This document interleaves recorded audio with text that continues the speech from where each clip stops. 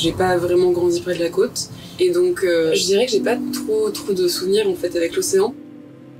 Je sais juste que quand j'étais petite, et même jusqu'à il y a pas si longtemps, j'avais très peur de l'eau.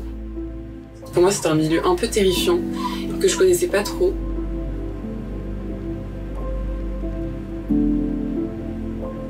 Donc moi, j'ai eu la particularité de grandir en Guadeloupe, donc sur une île.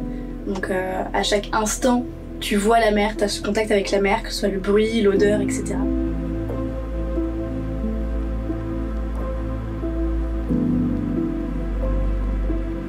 J'ai eu l'immense chance de grandir tout près de la mer, mais vraiment tout près, genre à 80 mètres de la mer. Et aussi de grandir sur l'île d'Oléron, avec des plages à perte de vue. Donc je ne veux pas vivre ailleurs que près de l'océan. Et donc du coup, mon rapport à l'océan, il est hyper intime et hyper essentiel à ma vie. C'est tous mes meilleurs souvenirs d'enfance, en fait, l'océan.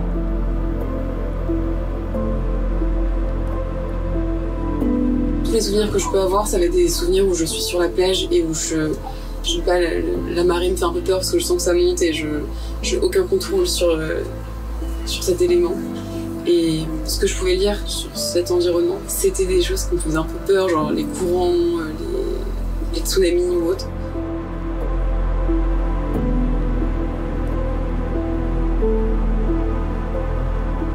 Les premiers souvenirs, à l'âge où on a les premiers souvenirs, donc dès 3-4 ans, c'est quand j'ai appris à nager. Je me souviens vraiment du moment où j'ai été lâchée pour la première fois seule, sans brassard dans la mer.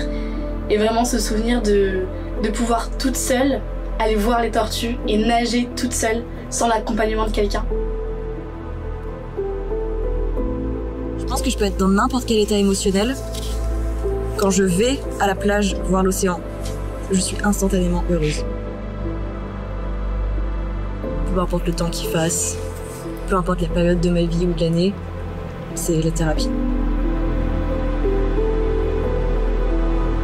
Je pense que les expériences de navigation sont un bon moyen en plus de comprendre pourquoi on est sur cette mission. On voit des dauphins pour une première fois et tu te dis que ça vit dans cet environnement, qu'il y a des animaux que tu vois jamais et qui existent pourtant et qui sont à préserver. J'ai vu l'évolution et la dégradation des coraux de toute la barrière de corail en Guadeloupe. Et à partir de ce moment-là, quand tu le vis au quotidien, tu te dis mais c'est pas possible en fait. Ton environnement, il est dégradé par ton activité et forcément ça te fait réfléchir sur qu'est-ce que tu fais, qu'est-ce que tu veux faire et quel sens tu veux donner à ce que tu fais.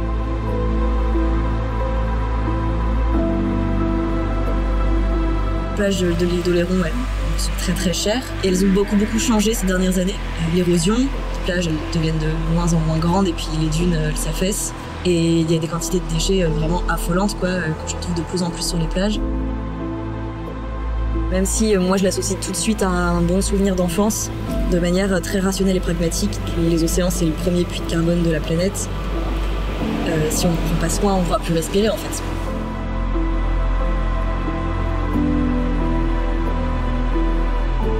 C'est ce vécu personnel qui m'a fait me dire en fait il faut que j'agisse parce que si jamais moi qui l'ai vécu, qui l'ai vu, je n'agis pas, quelqu'un qui vit en ville et qui ne voit pas forcément l'impact que son activité a sur la nature n'agira peut-être jamais.